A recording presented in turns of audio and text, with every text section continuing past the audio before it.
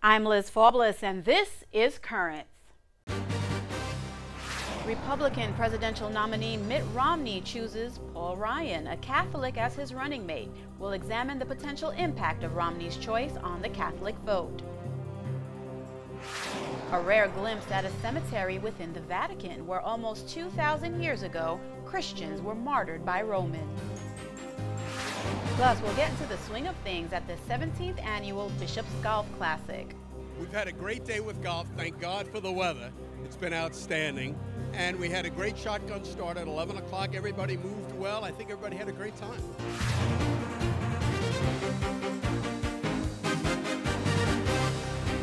Good evening, and thank you for joining us. The 2012 presidential elections kicked into high gear over the weekend.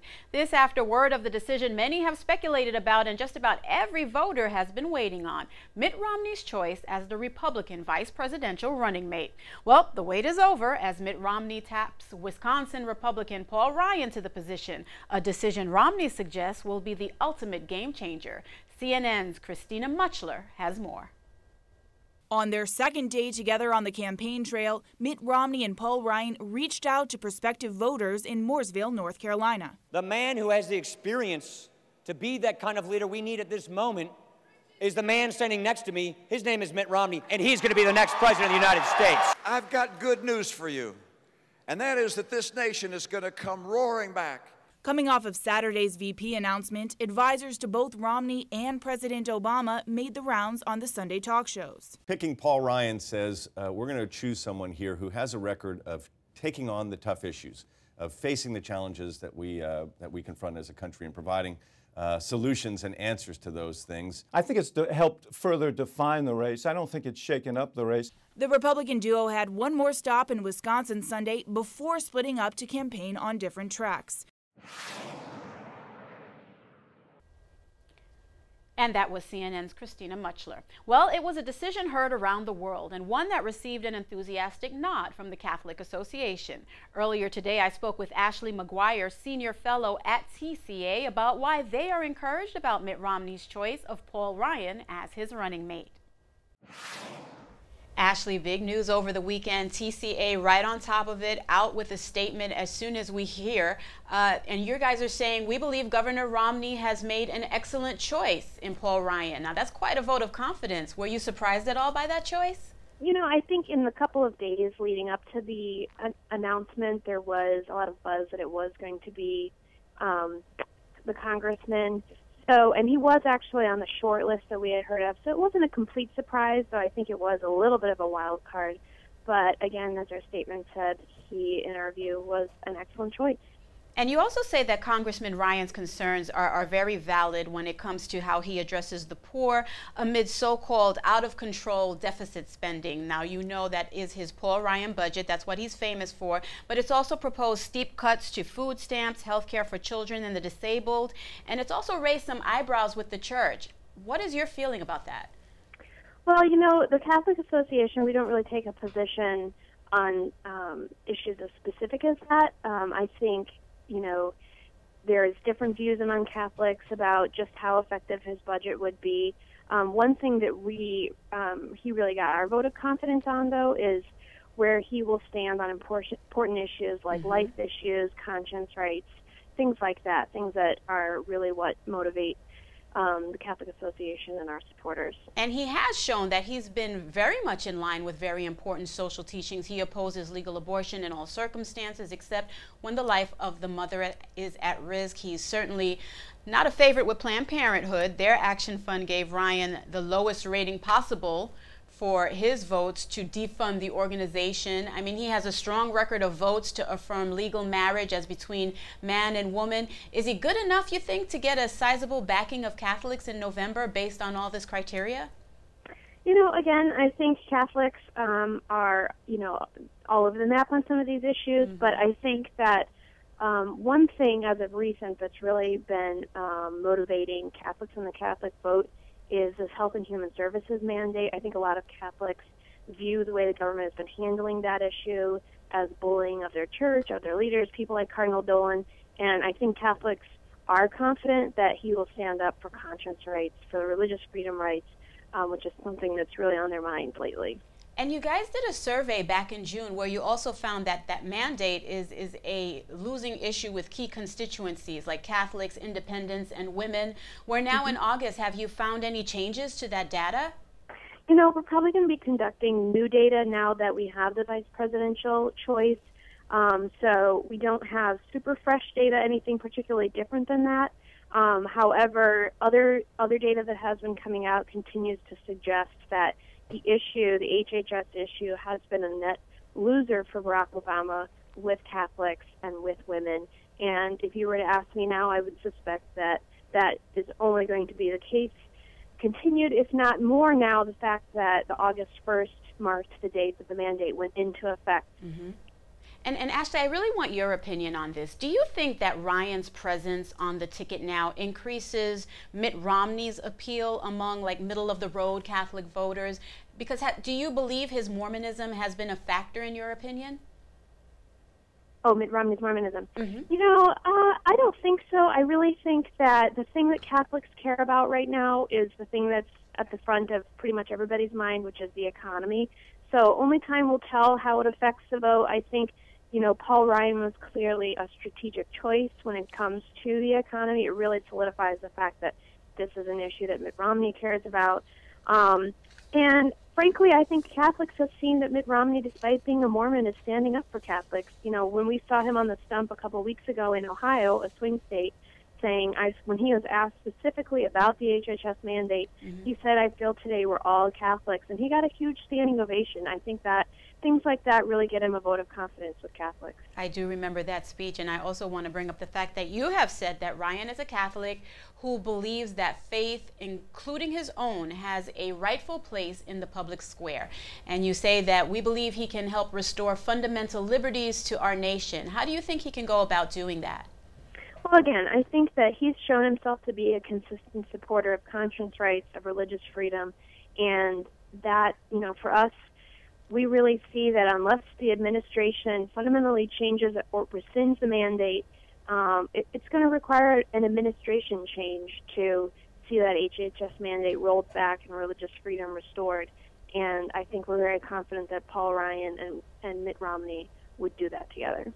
Ashley, what is your organization doing to get the word out about the importance of the mandate? You obviously think that tensions between the administration and the Catholic Church over this controversial rule will probably help frame the election with regard to the Catholic vote. Yeah, absolutely. And, you know, I think that the campaign is taking note of this as well. Just a couple days ago, Mitt Romney released a video, an ad that was targeting this specific issue. So things that we're doing, we're really encouraging. We have a huge base of activists who are really upset about this mandate. We've been encouraging them to do different things, whether it's to call their congressmen or things more on the spiritual side. We have a huge Facebook base of over 100,000 people. So we're using social media to keep people informed of what's going on. For example, one of our big campaigns has been to make sure that people are aware of the fact that the mandate that took effect on August 1st was the original mandate that the Obama administration proposed, not what people are referring to as the compromise. So we've been doing things like that, just keeping people informed of the development of this issue, as well as different ways that they can, at a grassroots level, affect it. All right, Ashley, thank you so much. I'm afraid that's all the time we have. And I should mention before we go, as it stands, no presidential candidate has won the White House without winning Catholics since at least the early 1990s. So that kind of puts into perspective the importance of the Catholic vote. Thank you so much for joining us and helping put this all in perspective as well. Thank you so much for having me. You're welcome. And stay tuned. The day's top headlines next.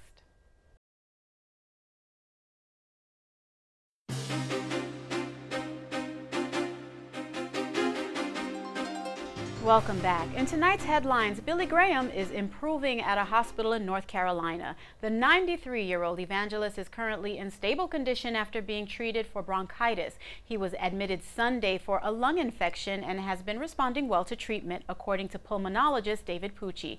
From his hospital bed, he watched his grandson, Will Graham, preach on television at First Baptist Church of Spartanburg. He also watched the Olympics. Physicians hope for a speedy recovery and that a return home is imminent. He was also hospitalized last November for pneumonia. And in other news, the president of the second largest Lutheran body in the U.S. has joined with the president of the National Hispanic Christian Leadership Conference in decrying the controversial HHS mandate.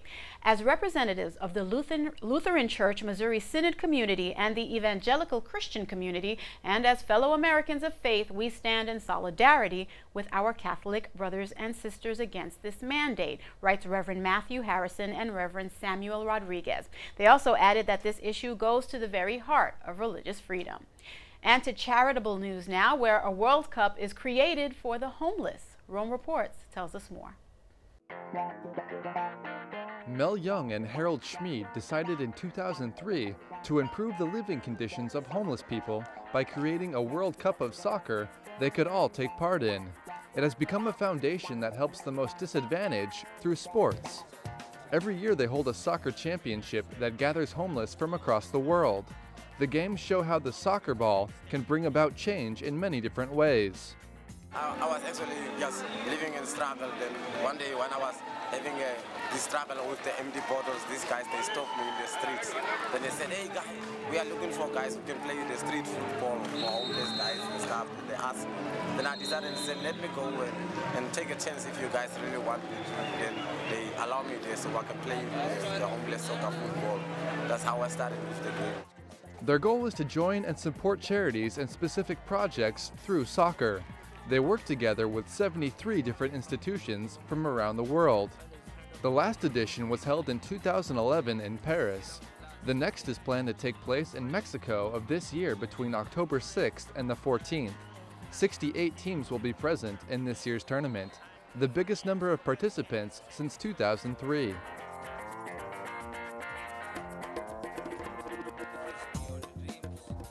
It's a dream that I've never dreamed. It's just great. For me, it's a good achievement.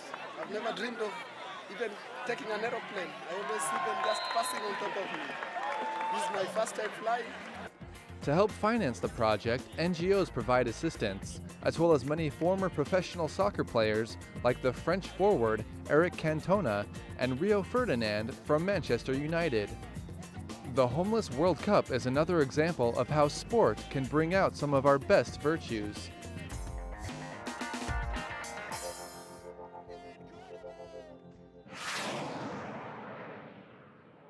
And to Italy now, where the Pope asks Christians to hunger for the love of Jesus. He asked for all to reflect on how hungry they are to love Jesus Christ. He stated at his Sunday Angelus that we too must ask ourselves if we really feel this hunger for the Word of God, hunger to know the real meaning of life. He based these reflections on the gospel of the day that Jesus revealed himself to Jewish crowds as, quote, the true bread which came down from heaven. He stated that the true bread represents the law and the Word of God. In his Angelus, he addressed pilgrims whom were gathered at his courtyard at Castel Gandolfo.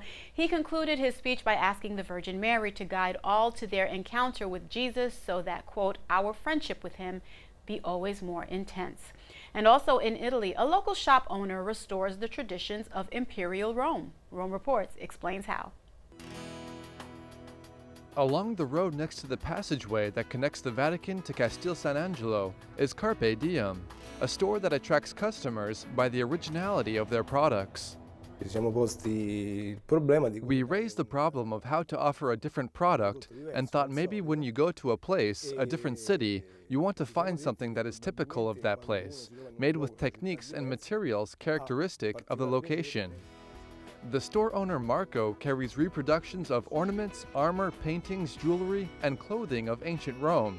Visitors can also find original Etruscan vases and replicas of perfumes that were used for almost 2,000 years.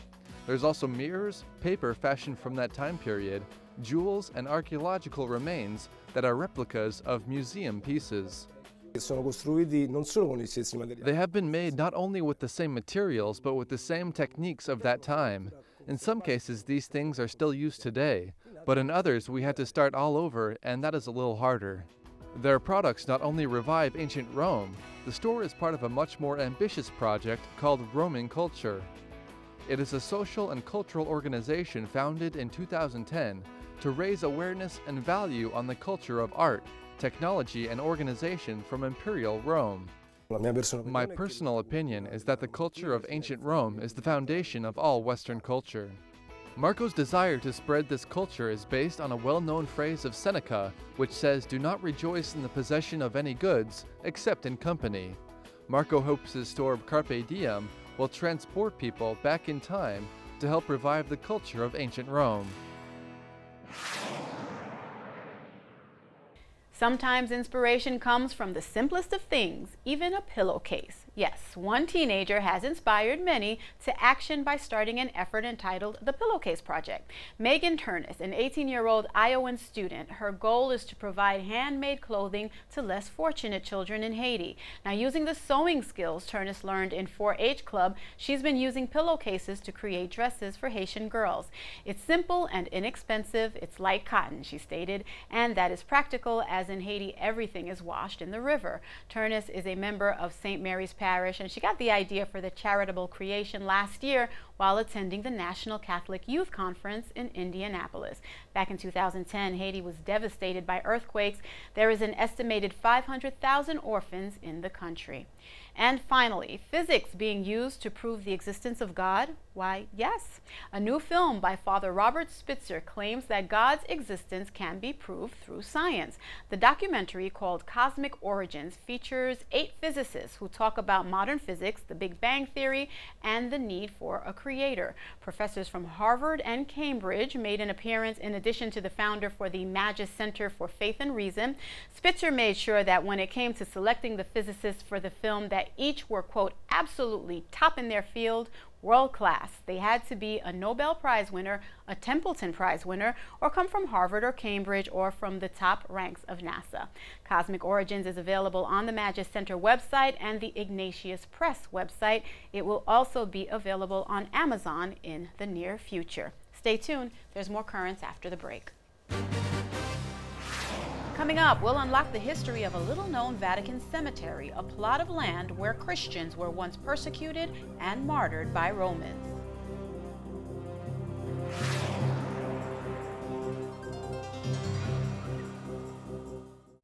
Welcome back. The Vatican, also known as the Holy City, is the central governing body of the Catholic Church and home to St. Peter's Basilica.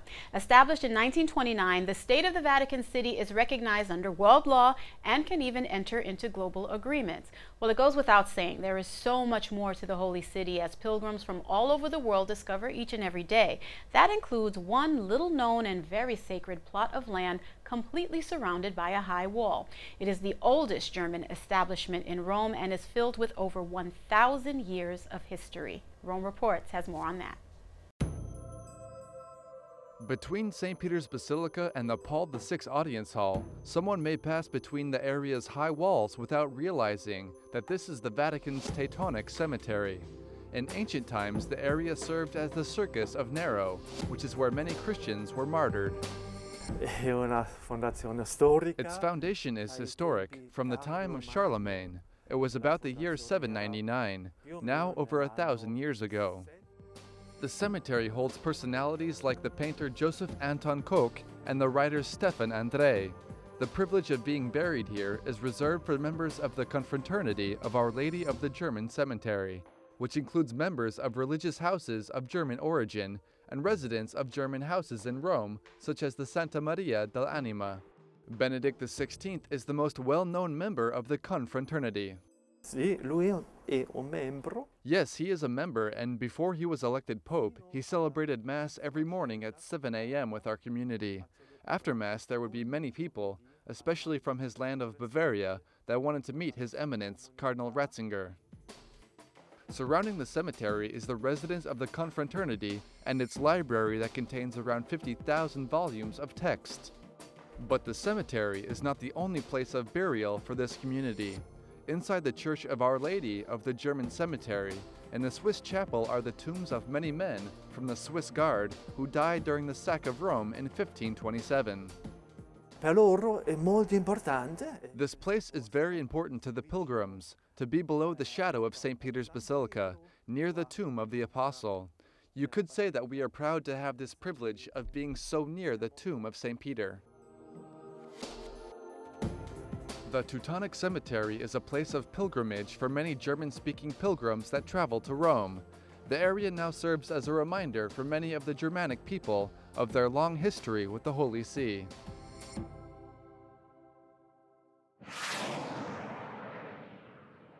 And stay tuned, we'll be back after this quick break. When we return, golfing for a cause at the 17th Annual Bishop's Golf Classic. We chose them because of the importance of having the immigrants coming to America treated in a fair way and to be able to assimilate into American life.